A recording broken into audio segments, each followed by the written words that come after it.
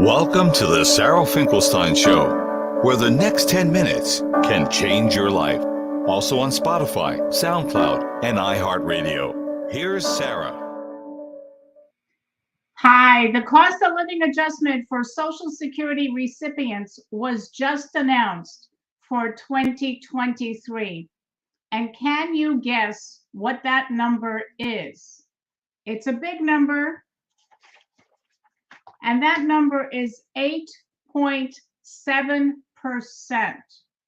That is the cost of living adjustment that you, as a Social Security recipient, will get starting in January. Now, last year, it was announced that the cost of living adjustment for 2022 was 5.9%. If we take these 2 years combined, that adds up to over 14% cost of living adjustment in Social Security benefits, which, believe it or not, for the past 9.5 years, the totals were 12.9%. So basically, it took 9.5 years prior to 2021 for those cost of living adjustments to add up to almost what the cost of living adjustments added up for the past 2 years. So maybe you're wondering, why is it so high all of a sudden? It had been as high previously, but we'd have to go back about 40 years to see those kinds of high interest cost of living adjustments.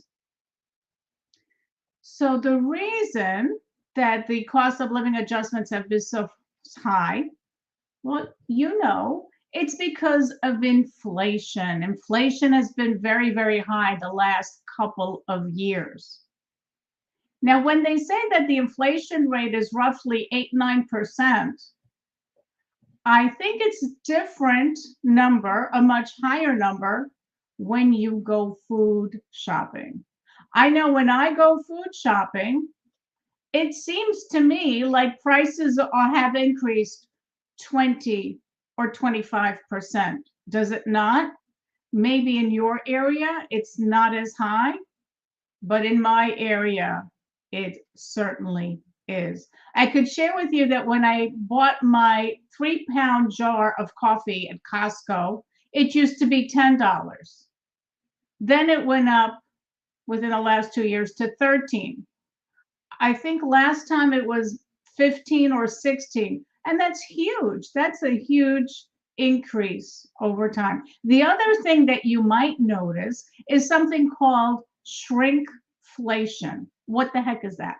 Shrinkflation is when you go shopping at the grocery store, if you're paying attention, you might notice that the packages are getting smaller.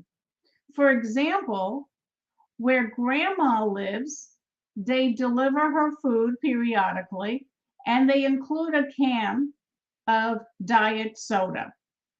And the can used to be an 8-ounce can, which is one of those small cans. Well, that 8-ounce can is now 7.5 ounces.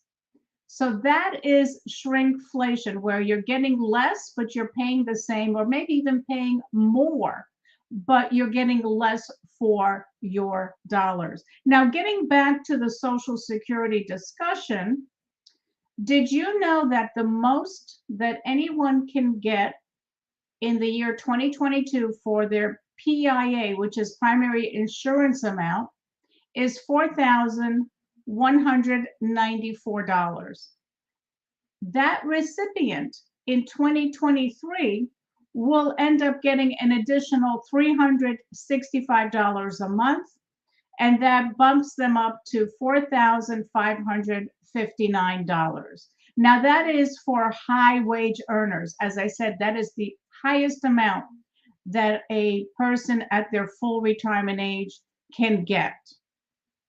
If your PIA is $2,000 a month, that cost of living adjustment brings you up to $2,174 a month. That 8.7% equals $174 to the person whose PIA is $2,000 a month.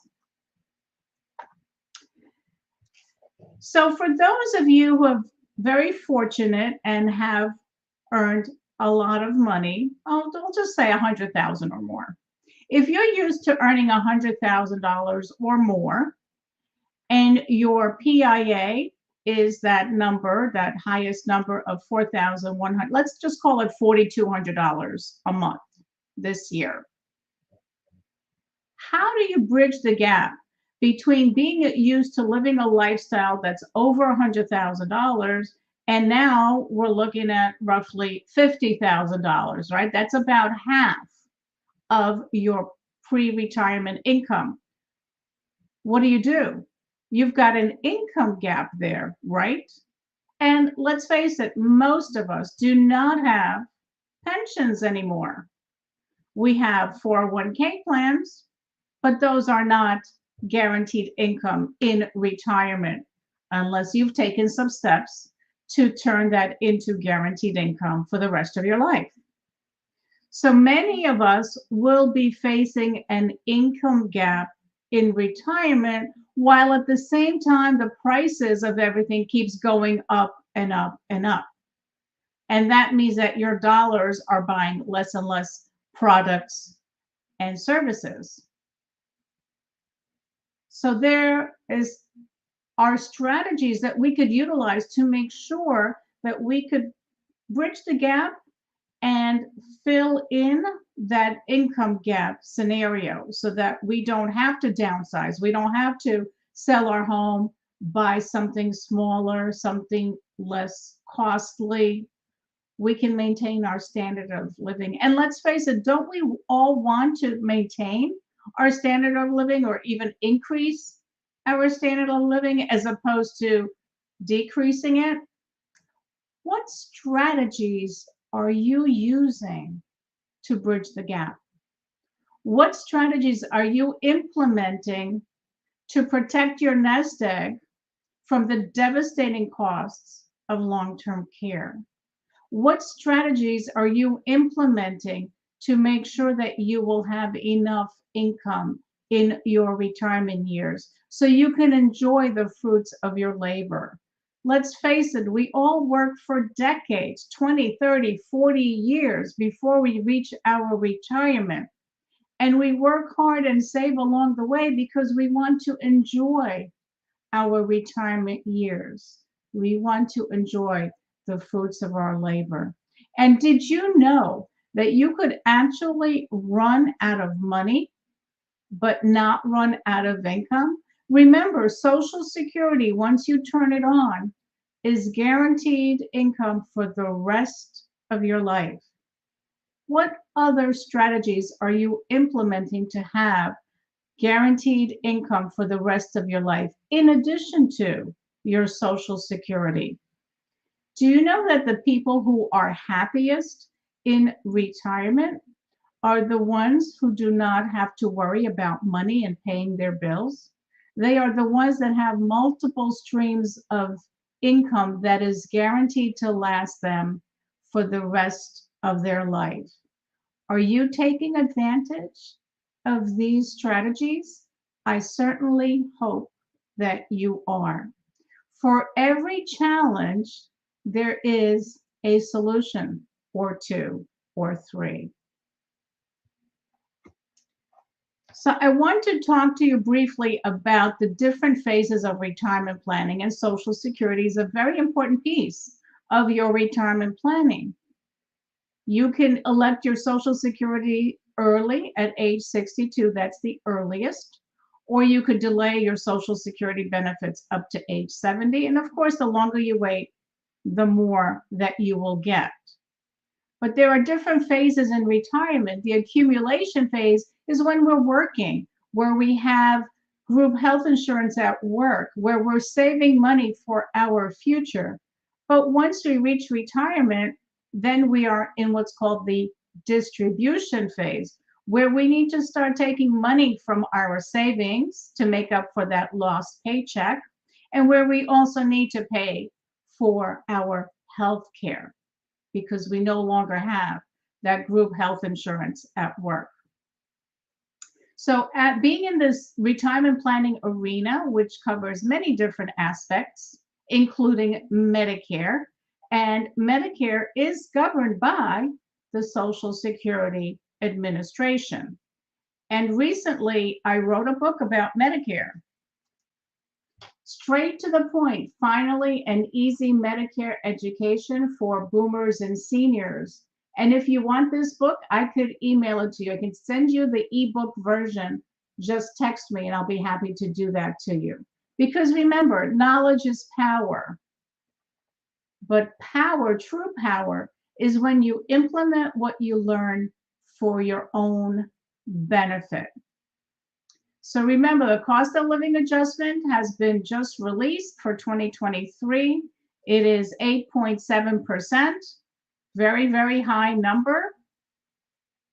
And that will begin in January.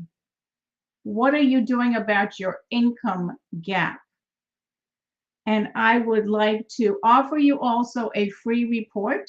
Just go to www.financialfitnessforever.com and you can get a free report to find out how well on track you are to reach your retirement goals and your financial goals. And feel free to reach out if you have questions about anything. And I want to give a thank you to TRC Voiceovers for the intro and outro on this particular podcast.